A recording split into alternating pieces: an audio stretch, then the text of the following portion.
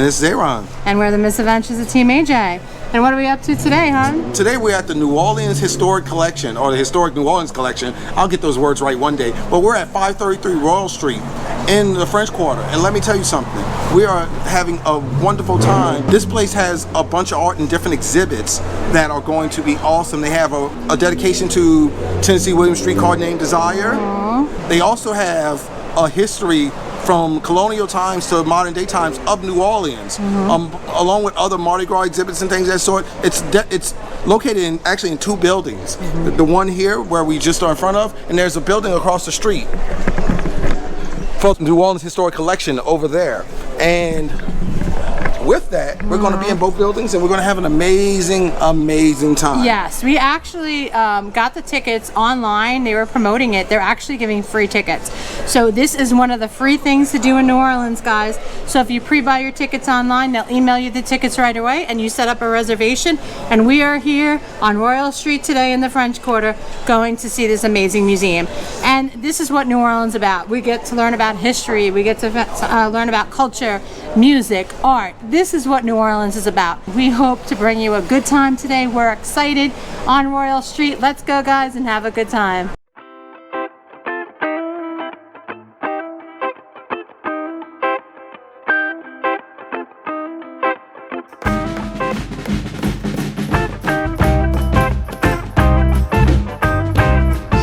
This looks like it's the historical section. This is the French colonial period, and then these two rooms are Spanish colonial, Louisiana Purchase, Battle of New Orleans, Antebellum. So it follows a chronological path up until modern times.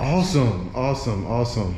They have maps from when the colonial times, and guess what? For the type of tools they had, look how accurate this was. I mean, yes, Florida's a little off and the coastline's a little off, but for the tools they had, this is pretty amazing. California is an island. Yeah. Oh yeah, I forgot to mention that California is an island. That's right, yeah. Look, well, it may become that one day too, with the fault line being there, but right now it's not that. But look, it's an island. You know, people who made these maps, it's like they had earlier maps to work with, and then they had written accounts. But it's like, I really hope nobody tried to navigate Asia using this map. Or even, honestly, or even some of these islands here using this map, because the way they're situated, they were almost this close to being right. I think South America is pretty accurate because it's like they were using the Spanish maps, and I think Caribbean is fairly accurate. Yeah, it's just the islands don't dip. And as you move farther to the west, they just weren't quite sure. Yeah, oh well, yeah, further west, they was like, okay, we know of the land's out there, but who knows? Really, I think what's going on when this map was made in the 1700s is that people in Europe were obsessed with what the New World was like, with the cultures, the kind of wildlife they would find in the Americas. And so that's why we see all of these illustrations here.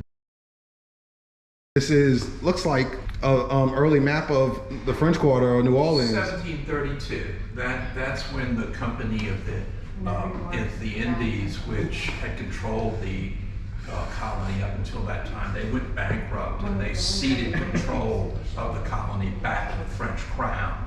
And so this was a depiction of what the capital looked like at the time.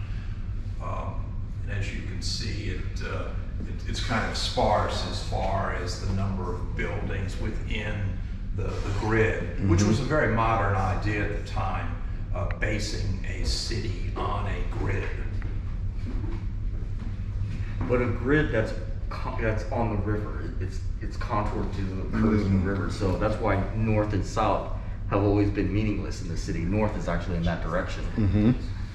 Because that curve, the crescent is the most important thing. Yes, the whole city is just contoured to the curves of the river. And you'll notice that the river is called the St. Louis River at the bottom here. Yeah, we've got a couple of maps that say that. As opposed to the Mississippi, yeah. These are portraits. Yeah, Jen loves her art and her history. Yes. Yeah. These portraits of the Delerons. And who were the Delerons? They had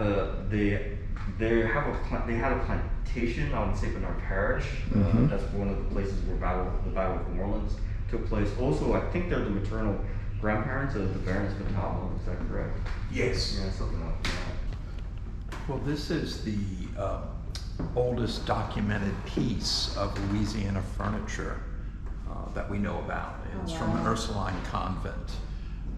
It was made somewhere between 1734 and 1753. Wow. Awesome. That's beautiful. It's a beautiful piece. And this is the original? Was it restored at all? I'm sure there was some restoration at some point, but it's an original piece That's of furniture. amazing. Yeah. Our first part of the tour, we were guided by these two wonderful men, Mr. Winston and Mr. Henry. And we would like to thank you guys in leading us around. This is awesome. We appreciate it. You're very welcome. Yes, Please yes. come back soon. Yes, please come back. As we told you, this is free. You may not get these two wonderful people, but you'll have a great time here. So guys, this place is amazing. They are just so nice. They let us come in and do some filming. So we thank you from the bottom of our heart for everyone for being so nice. And we get to show the world how amazing this place is and learning the history of New Orleans and the culture. So thank you.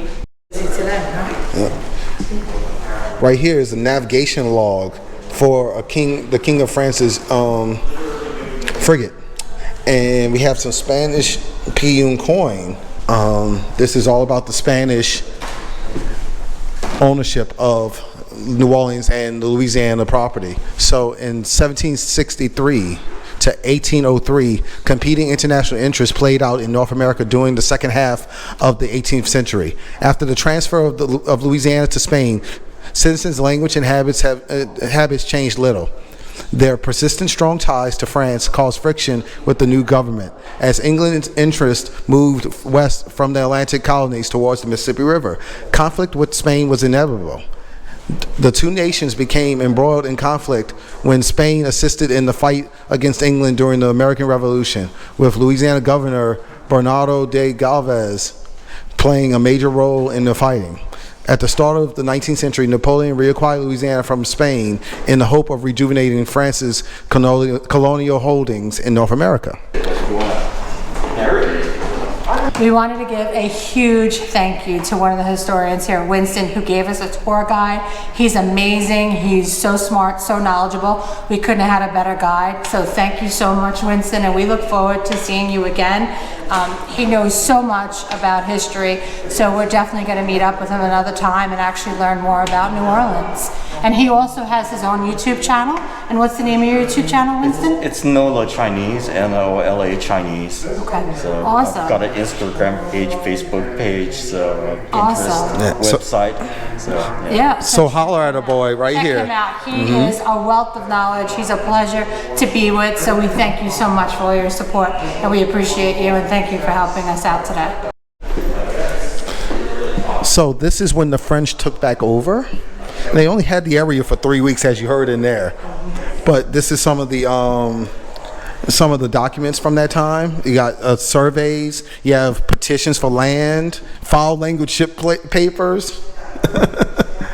The plan of a house, a 2-story brick house in the 2nd district. Hey guys, it's Jen. We're here with Michael, another amazing historian here, and he's going to actually give us a little more tour. Winston had to leave for a little bit, but we have the amazing Michael too. So introduce yourself, Michael. Yes. Hello everyone, my name is Michael May, and I'm an architectural historian here at the Historic New Orleans Collection, and I'm working as a visitor services assistant for the visitor services department. And so here we have this beautiful, amazing structure. This is a typical 2.5-story Creole townhouse built in 1792 by a wealthy merchant and slave trader. His name was Jean-Francois Mariot. So this is known as the Mariot House. And he would have lived here with his French Creole wife from New Orleans and their 3 children. And he was someone who would have been involved in the slave trade because he obviously would have owned about 9 slaves. And he was an importer, exporter of household goods. And here, this beautiful home was built after the 1788 fire, which destroyed much of the French colonial city, 856 buildings were destroyed. And then when he came upon this property, he fell in love with the lot. And so there was a house here prior to the construction of this house. That house was built in 1757. And so when this house was built, the rubble from that house that burned in the fire was incorporated with the new construction that you see now.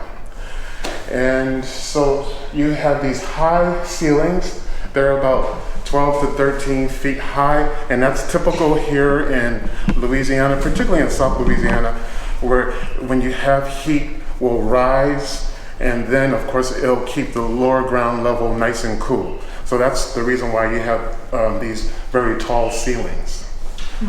And these transoms here is very typical here in South Louisiana because of its humidity, and that allows for ventilation and for lighting. And a lot of these Creole structures, and when I say Creole, I'm talking about the French, Spanish, and as well as African and Caribbean contributions to Creole architecture. So basically what you see here in the French Quarter is a hodgepodge of all these cultures that have contributed to the architecture and the construction of many of these buildings that you see in the French Quarter. And also, much of the flooring is made out of cypress, these floorboards, and they're very well preserved and they're original. And unfortunately, Mr. Muriel, he passes away in 1818. Oh, okay. And then in the 1830s, a new family would purchase this property, the Lazari brothers from Mexico. They were international bankers. And they are the ones that did extensive renovations or restoration to the property and made it Greek Revival.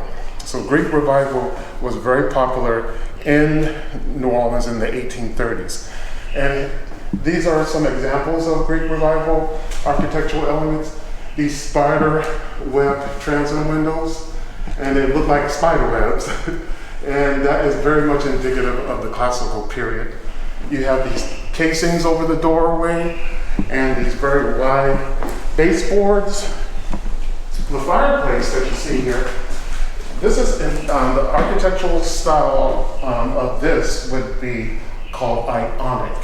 And so that's definitely indicative of the Greek Revival or classical style. Here we have another fireplace mantle made out of marble. And again, the classical style is Ionic. And this room here would have been a place that where family and friends would have gathered. This is the drawing room. So the drawing room in that period is known to be the living room. And it was very typical for wealthy families to have wall-to-wall carpeting. So this is not unusual. You would have seen wall-to-wall carpeting going back to the 16th, 17th, 18th centuries. It was not common to, if you had wooden floors, to have your wooden floors bare. But if you had wall-to-wall carpeting, that definitely was a sign of wealth. Also, in New Orleans here, early on, we do not have closets. So that was not typical or common like you would have seen in homes in the Northeast or in the Mid-Atlantic or the Midwest. But here is an example of a beautiful armoire that would have been made by a well-known free man of color. He was a cabinet maker, and we believe he may have come from Haiti or he was born here in New Orleans, but his name was Barjon. And so this gentleman would have been from one of the wealthiest communities that you would have seen here in New Orleans, the free people of color. And these folks would have lived in Tremé or Marigny, even here in the French Quarter. And so this is just a beautiful example of a typical free man of color, his artistry and his craftsmanship here. Yes, well, this is a painting of the St. Charles Hotel. And Wow. the St. Charles Hotel was a luxurious hotel that was constructed for men. Men and women did not share the same space in a public place, particularly a hotel. And so this building was designed by a well-known architect originally came from Ireland, but he settled here in New Orleans in the 1820s. But it was constructed by James Gallier Sr. in the early 1830s. Wow. But unfortunately, in the 1850s, it burned.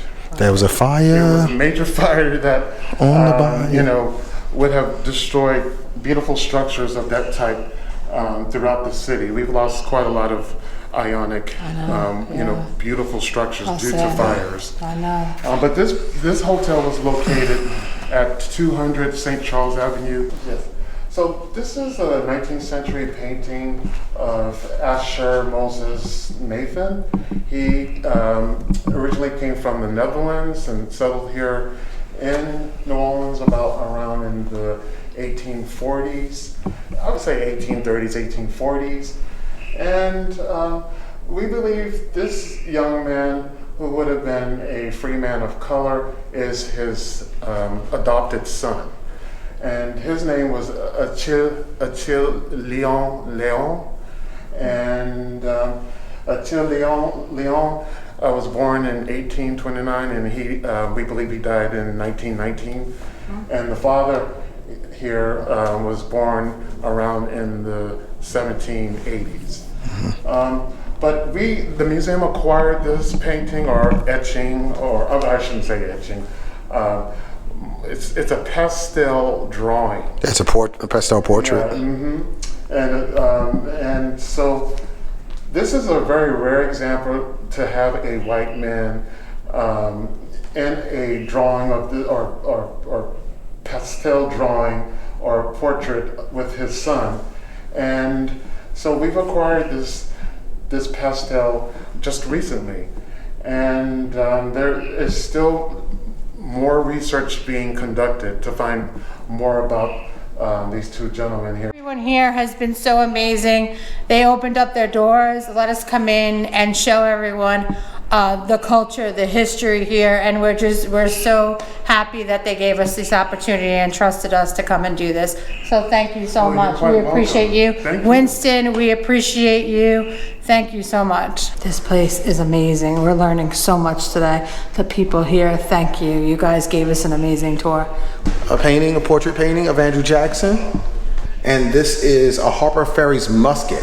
So we are in the Joyce Ryan Howden Gallery. In 1803 to 1820, seeking secure commercial navigation on the Mississippi River in order to serve a growing population west of the Appalachian Mountains, the United States purchased Louisiana from France in 1803, doubling the size of the nation. A great debate was sparked in Congress because Louisiana's population was so culturally different from that of the existing states. The controversy continued as Louisiana moved towards becoming the 18th state, achieving that status in 1812, the year the United States and Britain went to war. The war's last major battles in late 1814 and early 1815 centered around New Orleans. Americans' victories that catapulted Andrew Jackson into the national spotlight and ushered in the era of good feelings, a period of relative domestic tranquility and prosperity. These are ball and chain worn by enslaved people, in this case a woman named Peggy. In 1820 to 1850, during the second period of the 19th century, New Orleans experienced a population explosion. Business opportunities in the port city boomed, fueled by shipments of sugar and cotton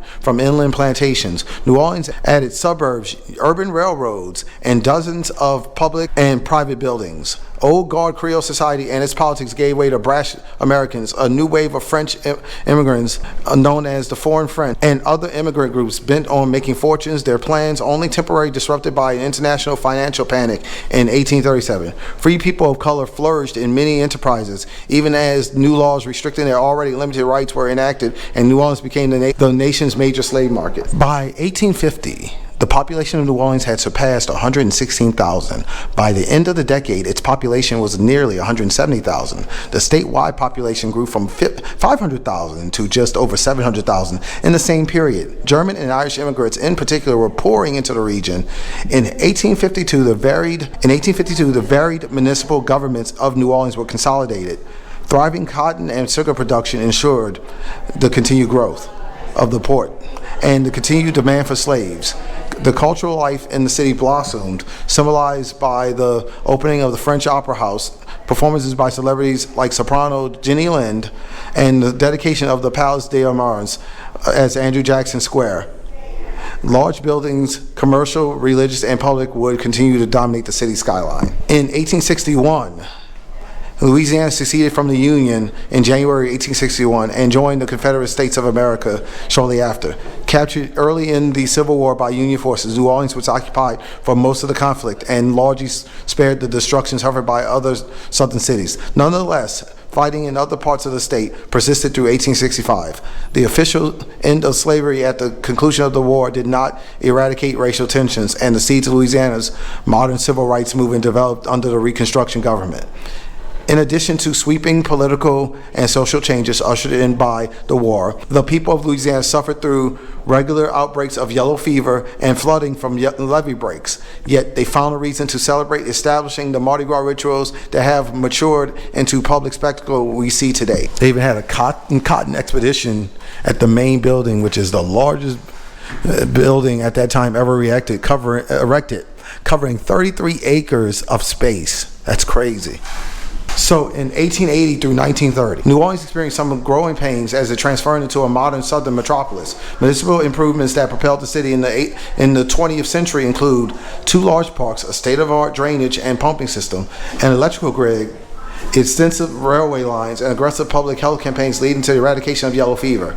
The visual and literary arts flourished as writers flocked to New Orleans, spurred by educational institutions, art associations, and clubs, and their own muses. Progressive politics mostly ruled the era, though the landmark 1896 U.S. Supreme Court decision in Plessy versus Ferguson would confer separate but equal status on African Americans for another 60 years, and a growing movement in historic preservation accompanied an increased appreciation for the French Quarter. And you can see some of the views in New Orleans, and they have other pieces of pop art and also newspaper articles and things of that sort, and like a filter made out of stone and a chest and so forth. So this is the Blue Book. And the Blue Book Guide to Storyville, as the city's officially sanctioned red light district, was known, promoted the prostitution, luxurious brothels within the district. Many of the books included photos showing Edwardian elegance of the district's fanciest bordellos. Though other cities could boast prostitution guides, New Orleans was unique for their regular production. Easily obtainable, the books were sold at Southern Railway Terminal to visitors, as well as at bars, barbershops, and newsstands. So this is celebrating some of the music of that time frame. And we're moving on to more modern music in times. Like, for example, we got the International Jazz Festival in 1968, the Jazz Heritage Festival as well from 1970. This is the Object Gallery. Object in the exhibition can be presented as a mosaic, all working together to explain the complex history consisting of many narratives. But the objects standing alone can also serve as compelling portals to larger narratives. Items in this room are presented in splendid isolation, permitting contemplation of singular form, artistry, or even their everyday familiarity, as well as their historical significance. This was on the wall downstairs when we first came in. It's to your right. You'll see it when we came in. They had that as part of the wallpaper on the wall here. And this is talking about more modern times, modern art, modern music, and so forth. Movies that were filmed here as well. You know, you got The Buccaneer with Cecil D. DeMille. That's awesome. That's really cool. And Frederick March. A lot of people too love to know where they film certain things, especially New Orleans is a big film industry. It's got even bigger, so we do a lot of filming here in New Orleans, a lot of movies, a lot of TV shows. So, I mean, it's a great film industry here in New Orleans right now. And we're happy to show you, and hopefully when we go into the French Quarter, we'll also show you where Mr. Elvis Presley did his King Creole. And there was a streetcar named Desire, by the way. Yes, there was. A book and a play. Oh, no. There was an actual streetcar named Desire. Oh, there was. And this is explaining that. This is the streetcar here. Cool. Yeah. And this is explaining that the Desire streetcar route, which was serving the shopping areas along Royal Canal Streets and the nightclubs on Bourbon Street, derived its name from the terminus Desire Street. I know it looks like Desiree, but it's Desire. The street in the 9th Ward. The route ceased operation in 1948, just a few months after Tennessee Williams' A Streetcar Named Desire had premiered on Broadway. This is from the 1984 World's Fair. In a previous video, we mentioned that we used to have a monorail in New Orleans at the convention center site. We also had a gondola that will take you from New Orleans on the East Bank to the West Bank and vice versa. And it was like 300 feet above the Mississippi River. I wish we still had that. That would have been an amazing view. All those things were built for the 1984 World's Fair. And this is the mascot here, Seymour de Fer figurine here, along with the World's Fair sign. This just takes me back to my childhood because I was 5 years old when this was going on in '84. I know I just dated myself, but still, I want to explain to you, I wish some of those things were still here because they gave a city that had a personality all its own, even more of a personality of its own. We're about to go down to this courtyard here, and as you can see, there's an outdoor exhibit as well. We're about to take you to that. You ready, Jen? We're ready, guys. This is an amazing time. You guys definitely have to come here and check it out when you come to New Orleans, especially if you love a little history. This is amazing, so definitely check out this. Well, in other videos, we mentioned that they have the courtyards in the French Quarter in the middle buildings, and at the historic New Orleans collection, if we keep going straight this way, after coming down the stairs out of the first Welcome Center building, you will find that there's a courtyard there, and quite frankly, we're about to show you it. And we wanted to show you a true New Orleans courtyard. You got it here, guys, at the Historic New Orleans Collection. It is beautiful here. As he said, look at that. It's like a traditional staircase, a lantern. A lot of people have the metal gates in the front of their yard, you know, protecting their door, and it's just so beautiful. It's a warm here day in New Orleans. Oh yeah, it's actually like 91 degrees today, guys. Yeah, it's a warm day in New Orleans, guys. Look at this beauty. Look at the shutters, and the shutters are placed on the balcony and the railings. That's just beautiful. You definitely got some New Orleans traditional here. They're explaining also, first of all, we were talking about the courtyards, and there's a placard here for the courtyards. And it explains that the courtyards and the central courtyards could be traced to Arabic and Spain influence. The Spanish builders built a lot of these houses with the courtyards, so it's not just a French thing. It was actually from Spaniards when the Spaniards owned this area and owned the colony. So the courtyard offers shade and include fountains from relief from the city's subtropical 90 degrees like today climate. You can pause here. I'm going to hold this for a second, and so you can read it if you would like to. And also they're explaining the different buildings that the collection actually owns, and they own like the Tennessee Williams residence along with the Masonite, and they own multiple historical buildings in the city to make sure they are preserved. They also explain about the fires in 1788 and 1794, which destroyed sections of buildings because at that time firefighting was not something that was very well done. So come out here and you can see a true New Orleans courtyard for free, and you can get a history lesson while you're at it.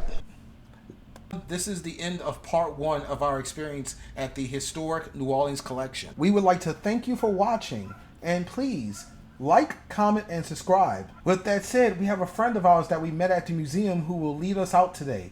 Thank you to him, and have a wonderful night. Hey, peace, I said, bon. Hey. New Orleans. Thank you.